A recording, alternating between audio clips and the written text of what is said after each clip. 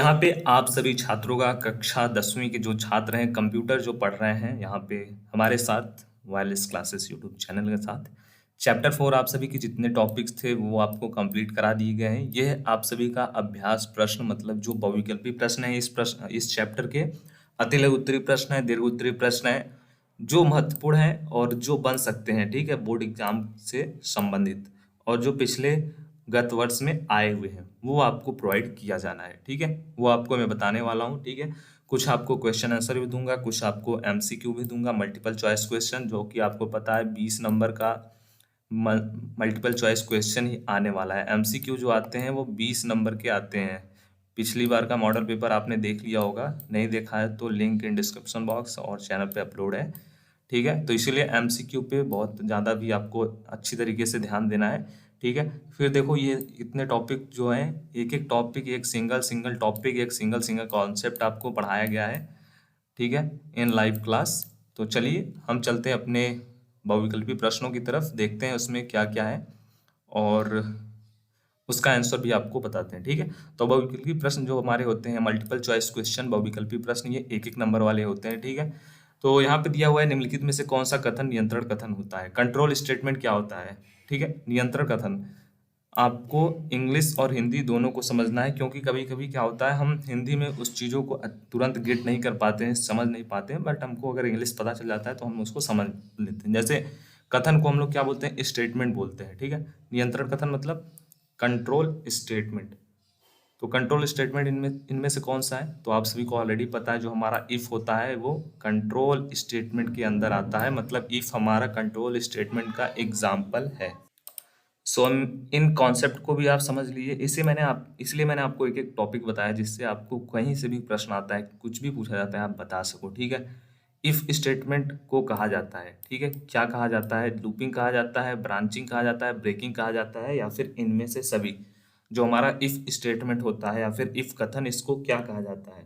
ठीक है, तो आप सभी को पता है इसको ब्रांचिंग स्टेटमेंट के अंदर रखा जाता है। ठीक है, तो correct answer option number B है। थर्ड नंबर क्वेश्चन है, इफ स्टेटमेंट में दिए गए एक्सप्रेशन किस कोष्टक में बंद होने चाहिए? इफ स्टेटमेंट में या फिर इफ कथन में जो दिए गए एक्सप्रेशन होते हैं वो किस कोष्टक के अंदर जो है हम उसको क्लोज करते हैं? तो जो हमारा करेक्ट आंसर होता है वो ये होता है, इफ के अंदर हम क्या पास करते हैं? इफ के अंदर हम कंडीशन पास करते हैं। आपने देखा होगा कॉन्सेप्ट में जब मैंने आपको टॉपिक बताया था उसमें बताया हुआ था, ऐसे था इफ, या ऐसे रहता था, फिर उसके बाद ये करली वाला ब्रेसेस रहता था। ठीक है, इसके अंदर हम कंडीशन पास करते थे। तो correct answer option number A होगा हमारा। फोर्थ क्वेश्चन है कि इफ स्टेटमेंट में लिखे गए कथन कब तक क्रियान्वित होते रहते हैं? कब तक क्रियान्वित होते हैं? बहुत ही इजी क्वेश्चन है, और अगर आपने इन टॉपिक्स को पढ़ा हुआ है तो आपके माइंड में तुरंत इनके आंसर आ गए होंगे। तो कमेंट बॉक्स में ड्रॉप करना ना भूलिएगा, मैं सभी के कमेंट्स को पढ़ता हूँ और देखता हूँ। ठीक है, तो इसका करेक्ट आंसर मैं आपको विदाउट ऑप्शन पढ़े बताऊंगा, क्योंकि आप सभी को पता है इफ स्टेटमेंट या फिर इफ कथन हमारा तब तक एग्जीक्यूट होता रहता है जब तक जो हमारा कंडीशन दिया गया रहता है वो ट्रू होता रहता है, तब तक हमारा क्या होता रहता है? वो स्टेटमेंट रन होता रहता है। मतलब option number A is correct. Next question है हमारा, सी लैंग्वेज में किस संख्या को असत्य माना जाता है? ठीक है, जो हमारा सी लैंग्वेज होता है उसमें किस नंबर को हम फॉल्स मानते हैं? ठीक है, एक होता है ट्रू, एक होता है फॉल्स। ठीक है, तो हम किस जो नंबर है उसको फॉल्स से डिनोट करते हैं? तो हमारा जो जीरो होता है उसको हम फॉल्स से मानते हैं। ठीक है, तो ऑप्शन नंबर हमारा क्या है? डी है वो इस प्रश्न का सही जवाब है। ठीक है, फिर आते हैं हम नेक्स्ट 6 नंबर क्वेश्चन के लिए, सी भाषा में किस संख्या को सत्य माना जाता है? अब आपको तो पता चल गया कि जीरो को हम लोग फॉल्स मानते हैं, तो हम लोग किसको सत्य मानते हैं, मतलब किसको सही मानते हैं, किसको ट्रू मानते हैं? तो आप सभी को पता है जीरो और वन दो होते हैं, वन को हम लोग ट्रू से डिनोट करते हैं। ठीक है, और जो हमारा जीरो होता है उसको हम लोग फॉल्स से डिनोट करते हैं। ठीक है, ये कॉन्सेप्ट आपको पता रहना चाहिए, इसका आप लोग यूज़ करोगे प्रोग्राम में। ठीक है, तो आपको बहुत हेल्प भी मिलने वाला है। ठीक है, इसलिए इसका आपको पता होना चाहिए। एक या एक से अधिक जब स्टेटमेंट हो के ब्लॉक को दोहराने की क्रिया को क्या कहा जाता है? ठीक है, मतलब जब अगर कोई ब्लॉक है उसको एक से अधिक बार अगर हमको चलाना है तो उसको हम लोग क्या बोलते हैं?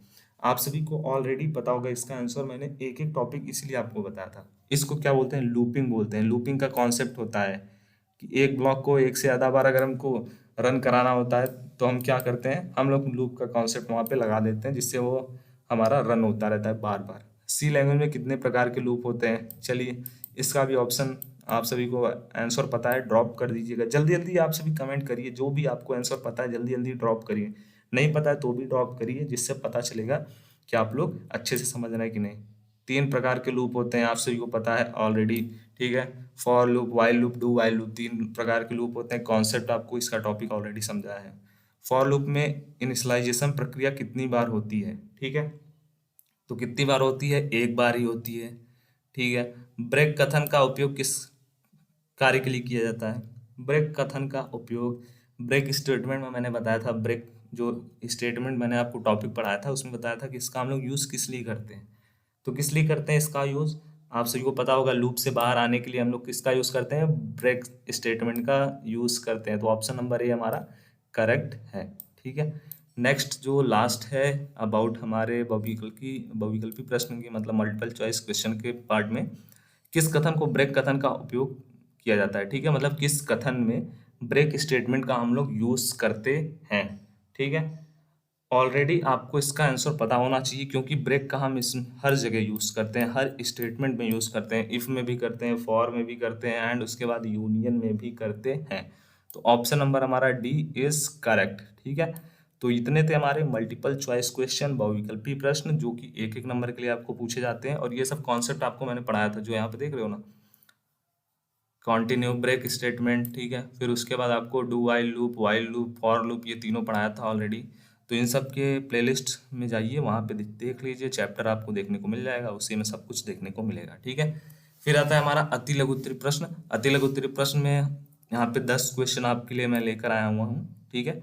और ये 2-2 नंबर में आपको हो जाएंगे इसके, ठीक है। तो 2-2 नंबर में आपके ये प्रश्न पूछे जा सकते हैं, एक एक नंबर में भी आ सकता है, जैसा आपका डिपेंडेंसी रहता है क्वेश्चन का टाइप रहेगा, उसी नंबर से नंबरिंग रहेगा, ठीक है। जैसे यहाँ पे दिया हुआ है, कंट्रोल स्टेटमेंट से आप क्या समझते हैं, नियंत्रण कथन हिंदी में इसको बोलते हैं। सी में उपलब्ध कंट्रोल स्टेटमेंट का जो आपको बताना है, नाम लिखना है। इफ स्टेटमेंट के बारे में लिखना है, इफ स्टेटमेंट में एक से ज़्यादा कथन का उपयोग कैसे किया जाता है वो आपको बताना है। इफ एल्स स्टेटमेंट के बारे में आपको समझाना है। नेस्टेड इफ एल्स स्टेटमेंट से आप क्या समझते हैं वो आपको बताना है।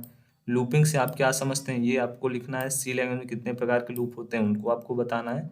फॉर लूप का आपको डिफाइन करना है, और ब्रेक का यूज़ करना है, ब्रेक स्टेटमेंट का यूज़ हम किस लिए करते हैं। और ये जो जितने टॉपिक हैं उनका आपको आंसर कहाँ पे मिलेगा, हर एक टॉपिक का मैं बता रहा हूँ, हर एक क्वेश्चन का, अगर आपने इस चैप्टर का कंप्लीट एक एक टॉपिक का लेक्चर पढ़ा हुआ है तो आपको 100% मैं गारंटेड बता रहा हूँ कि इनका आंसर मिल जाएगा आपको। इनका आंसर तो अभी से कुछ चीज़ों का आंसर आपको समझ में आ गया होगा कि क्या होगा, ठीक है। तो आप खुद से इनका आंसर लिखेंगे और दिए गए नंबर पे सेंड करेंगे, जिससे मैं आपकी कॉपी को भी चेक करूंगा कि आपने सही आंसर लिखा है या फिर नहीं, ठीक है। तो ये थे हमारे, इनका आप स्क्रीनशॉट ले सकते हो, नहीं तो ग्रुप में भी आपको भेज दिया जाएगा। और हाँ, एक एक टॉपिक मैंने आपको पढ़ाया है, तो इसका 101% मैं बता रहा हूँ कि आपको आंसर मिल जाएगा टॉपिक्स में। बहुत ही इजी क्वेश्चन है। फिर आता है हमारा दीर्घ उत्तरीय प्रश्न, जो कि 4 नंबर के लिए बोर्ड परीक्षा में पूछे जाते हैं, ठीक है। तो इसमें थोड़े से बड़े रहते हैं क्वेश्चन, बट इनके भी आंसर आपको वहाँ पे मिल जाएंगे। जैसे कॉन्टिन्यूस जो हमारा स्टेटमेंट होता है उसके बारे में, और स्विच स्टेटमेंट जो होता है उसका आपको यूज़ बताना है, ठीक है। तो इसका तो मैंने आपको विथ एग्जाम्पल बताया है, ठीक है।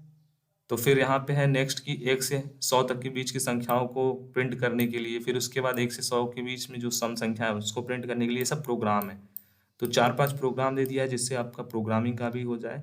फिर यहाँ पे फॉर लूप और वाइल लूप में आपको डिफरेंस बताना है, ब्रेक और कंटिन्यू में आपको डिफरेंस लिखना है, ठीक है। तो इतने थे क्वेश्चन जो कि मैंने आपको प्रोवाइड कर दिए हैं, इनको मैं आपको ग्रुप में भी सेंड कर दूंगा, जिससे आप इसको नोट भी कर लें और इनका नोट्स भी बना लें, इसका क्वेश्चन आंसर भी तैयार कर लें। आई होप आपको कहीं पर भी कोई डाउट नहीं है। अगर कोई डाउट है तो कमेंट बॉक्स आपके लिए है, जाइएगा, ड्रॉप करिएगा, और 101% आपके सभी कमेंट्स का जो है आपको रिप्लाई दिया जाएगा और सोल्यूशन भी प्रोवाइड किया जाएगा, ठीक है। सो नेक्स्ट चैप्टर हमारा जो रहेगा वो हम बहुत जल्द स्टार्ट करेंगे, ठीक है। नेक्स्ट डे नेक्स्ट लेक्चर और नेक्स्ट चैप्टर हमारा स्टार्ट होगा, तो उसके बारे में आपको अपडेट दे दिया जाएगा ग्रुप में। और अपने सभी फ्रेंड्स के साथ शेयर करना ना भूलिए, जिससे उनकी भी स्टडी घर से रहकर हो सके। ठीक है, सो मिलते हैं आपसे भी नेक्स्ट वीडियो में। तब तक के लिए सभी को जय हिंद, जय भारत, वंदे मातरम।